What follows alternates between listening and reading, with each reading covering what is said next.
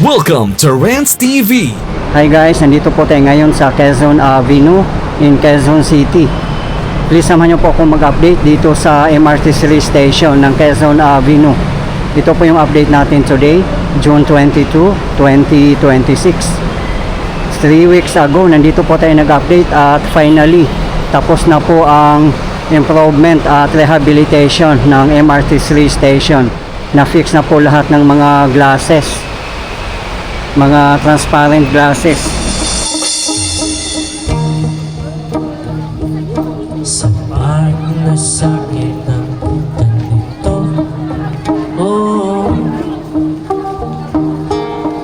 ang pagmasdan ka sa Hindi na po mainit ang station kasi marami pong mga naka-install ng mga ceiling fan. Pati flooring, oh, grabe ang pintab, ang ganda na.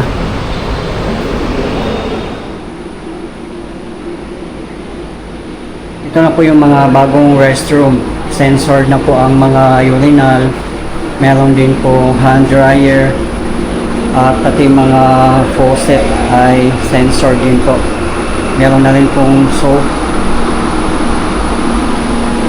Pambabae at panlalaki, ganito na po kaganda ang mga restrooms. Pati mga lightings, panalo, ang ganda po.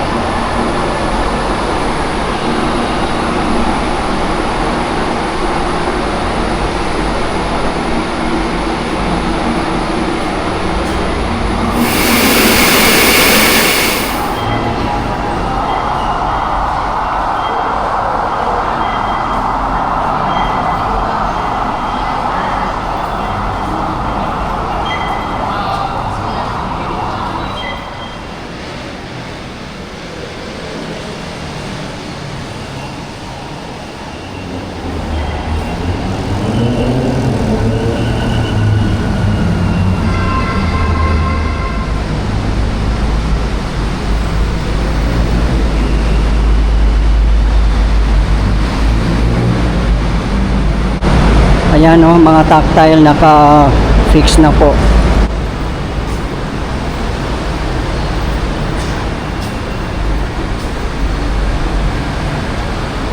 Ayan po ang Eton Sentries.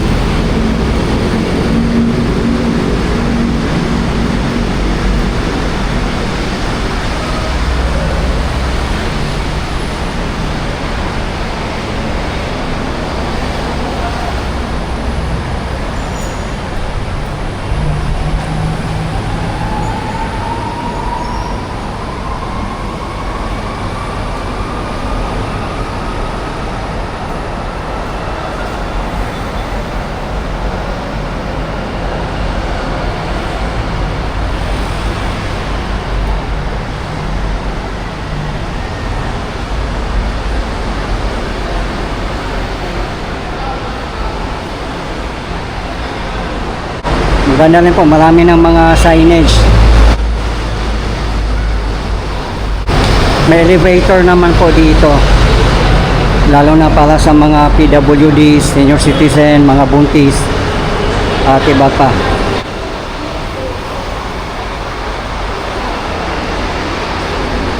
Yan po ang elevator.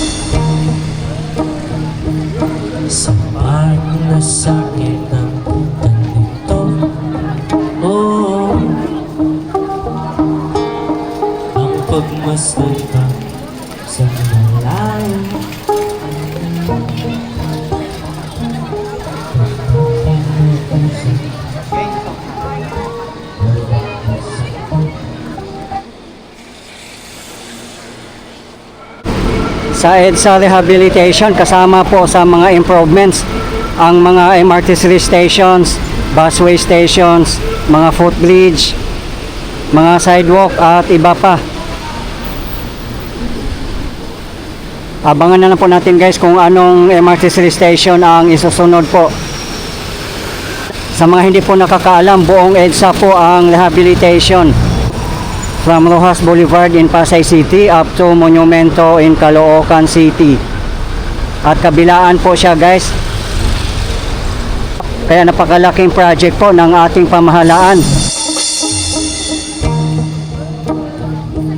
Sa sakit ng ganito, oh, ang pagmasdan ka sa malayo. Kudos po sa Bagong Pilipinas, PBBM Admin, DOTR, DPWH, MMDA, mga LGU at sa lahat ng bumubuo ng EDSA Rehabilitation and Repairs.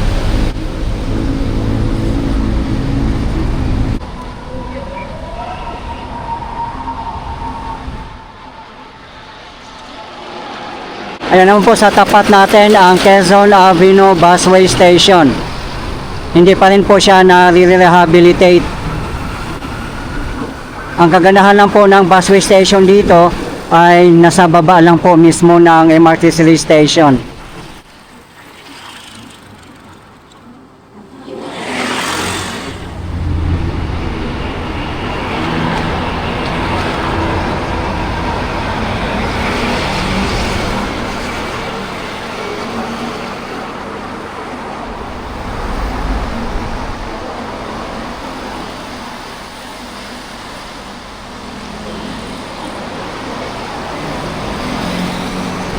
Maganda rin po ang footbridge dito sa Quezon Avenue kasi merong mga CCTV naka-install.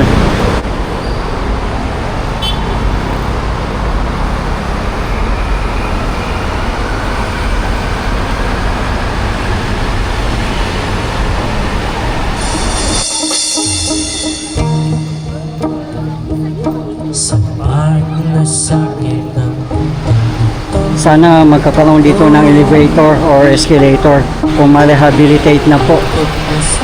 Time check 4 PM local time kaya hindi pa ganun ka daming tao dito.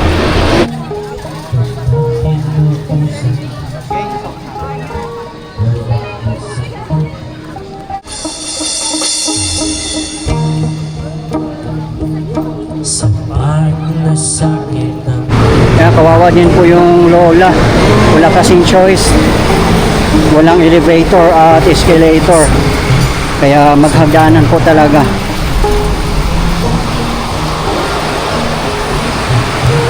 Pero hindi naman ganun katarik ang mga hagdanan din dito. Ayan naman po ang pa southbound.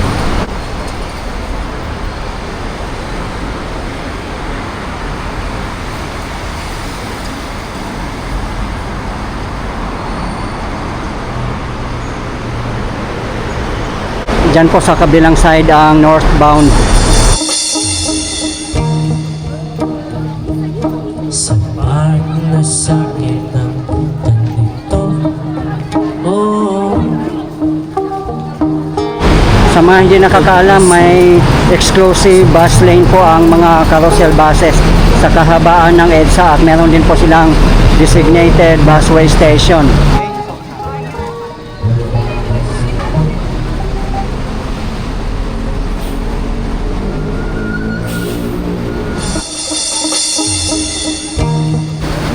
Umulan na po. sa sakit ng ganito, oh, ang pagmasdan ka sa malayo.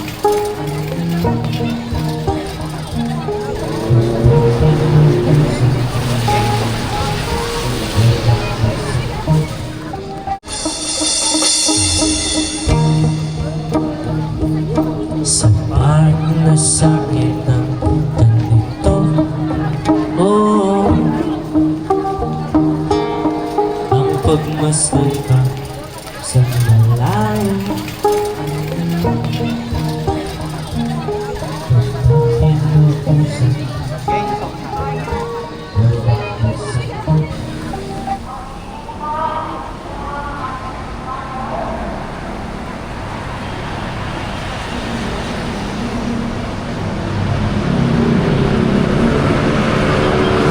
Yung sa ilalim po pala ng MRT Service Station dito na side ay tapos na pong mapinturahan.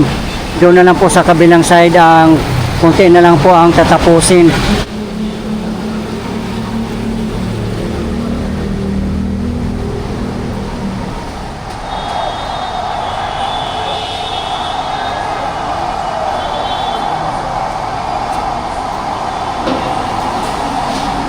Akyat po tayo sa taas, guys.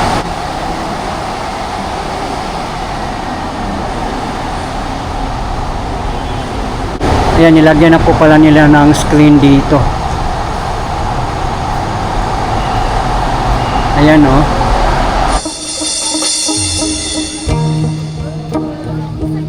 Sa part na sakit ng ganito, oh,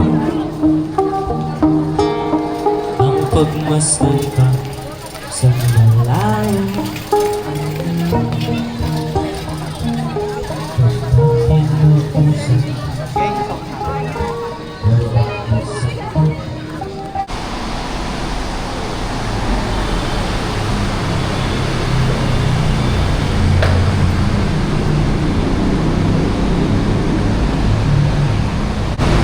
Meron naman pong elevator at saka escalator. At maghagdanan na lang po tayo para makita po natin. Ayan na po ang platform.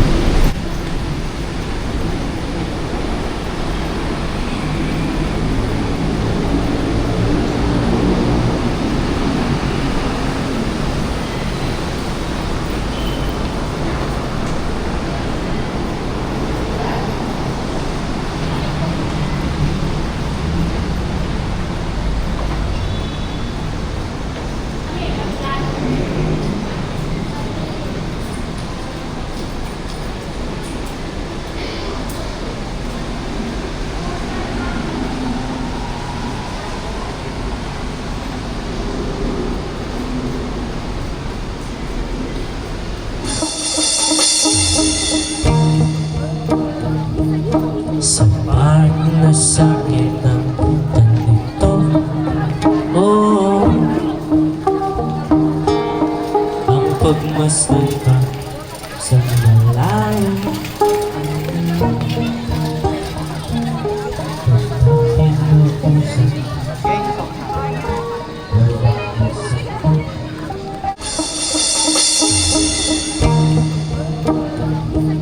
Sa part na sakit Nababasa din pala dito pag umuulan. ang pagmasdan ka sa malayo.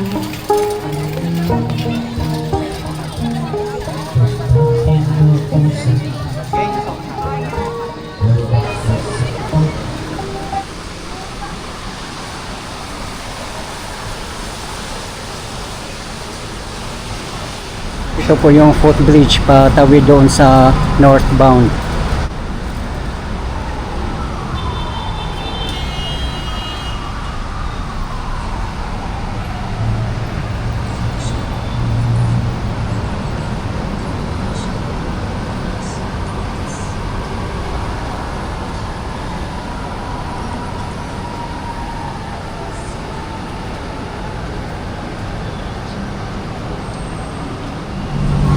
Ayan po ang elevator, temporarily out of service.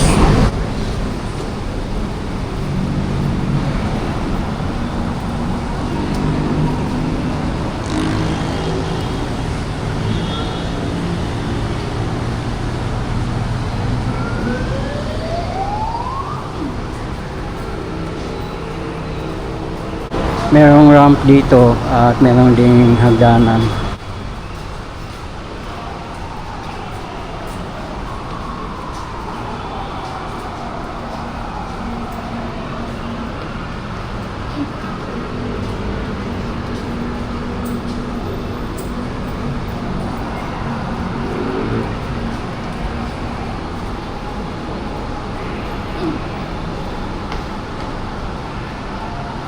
Meron din pong elevator dyan sa kabilang side, kaso lang temporary out of service din po.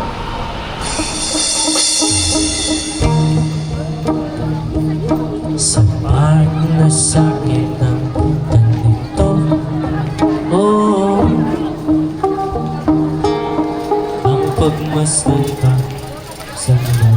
malayo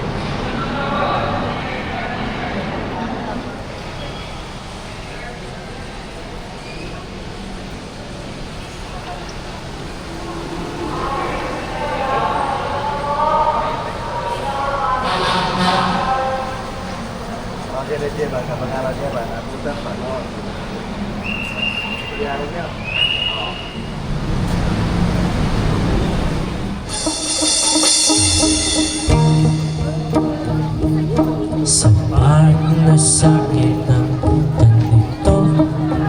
Oh,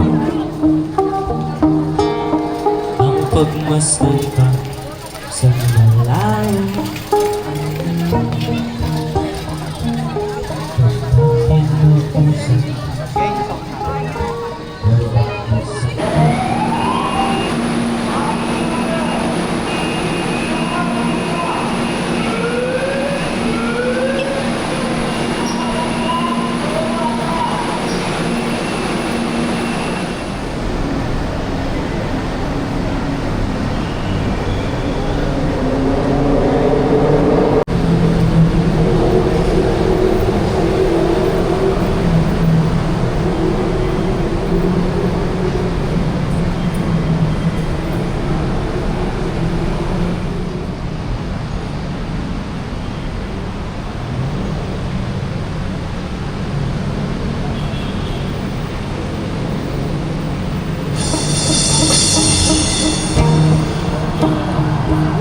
sa part na sakit ng ganito. Oh, ang pagmasdan ka sa malayo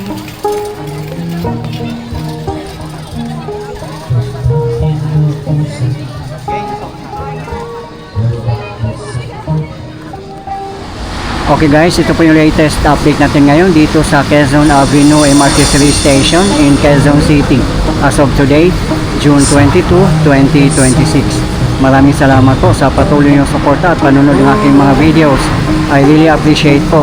At hindi po ako magsasawang i-update kayo, lalong-lalo na po sa mga government infrastructures. Mabuhay ang Pilipinas. Okay guys, thank you for watching and keep safe everyone.